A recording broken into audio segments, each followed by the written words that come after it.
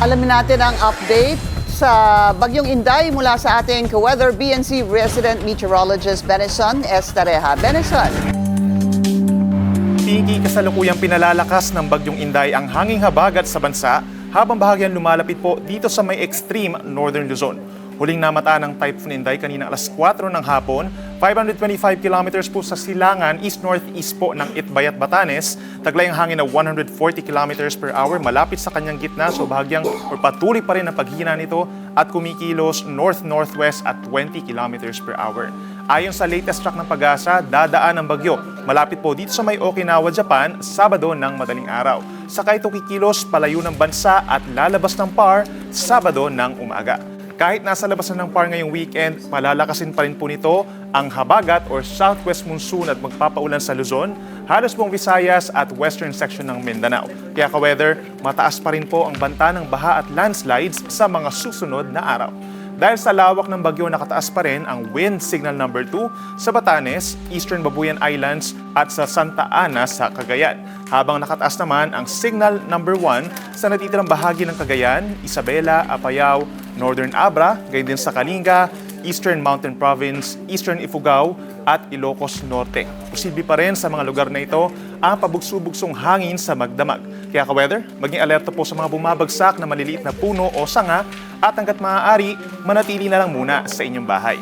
Sa susunod naman na 24 oras, maraming lugar pa rin po ang posibleng makaranas ng pabugso-bugsong malakas na ulan dahil sa pinalakas na habagat. Kabilang na dyan ang Occidental Mindoro and Antique, hanggang 200 mm po ang dami ng ulan sa susunod na 24 oras. Habang meron din 50 to 100 mm over Batanes, Zambales, Bataan, Metro Manila, gayon din po sa ilang bahagi pa ng Southern Luzon, Rizal, Bulacan, Pampanga, Cavite, Laguna, Batangas, down to Oriental Mindoro, Romblon, Palawan, Aklan, Capiz, Iloilo at Guimaras, at meron din possible na 50 to 100 mm over Negros Occidental, Negros Oriental, Zamboanga del Sur, Lanao del Norte at Lanao del Sur. Kaya kung nasa flood-prone or landslide-prone areas po kayo, pakipag-ugnayan sa inyong barangay or local government units sakaling kailangan ng rescue or evacuation.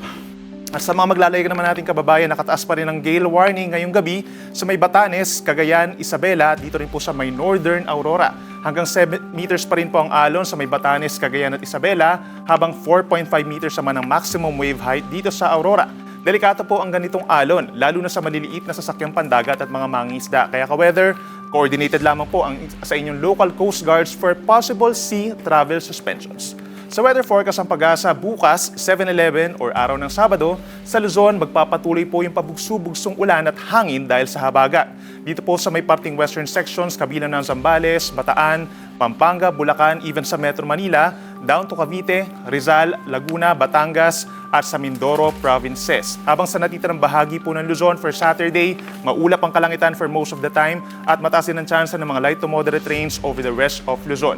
At pagsapit po ng Sunday, maraming lugar pa dito sa may western sections, Ilocos Region, down to Zambales, Bataan, Tarlac, Pampanga, dito rin po sa may Cavite, Batangas, and Mindoro provinces, patuloy mga light to moderate with at times heavy rains. Kaya ka-weather, patuloy po na magantabay sa ilalabas na heavy rainfall warnings at advisories ng Pag-asa para makaiwas sa malawakang pagbaha at pagguho ng lupa.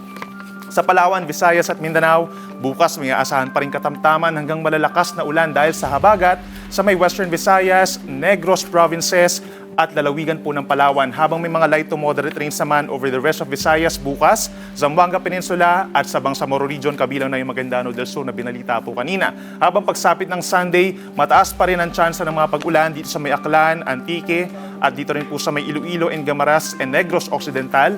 Habang dito naman sa natitirang bahagi pa ng Visayas, medyo makulimlim pero mababawasan ng mga pag-ulan sa araw ng linggo. Sa may Zamboanga Peninsula, medyo mataas pa rin po ang tsansa ng ulan sa linggo, gayon din sa may Bangsamoro Region at lalawigan ng Palawan. Habang natitirang bahagi ng Mindanao, partly cloudy to cloudy skies, improved weather conditions na pagsapit ng linggo.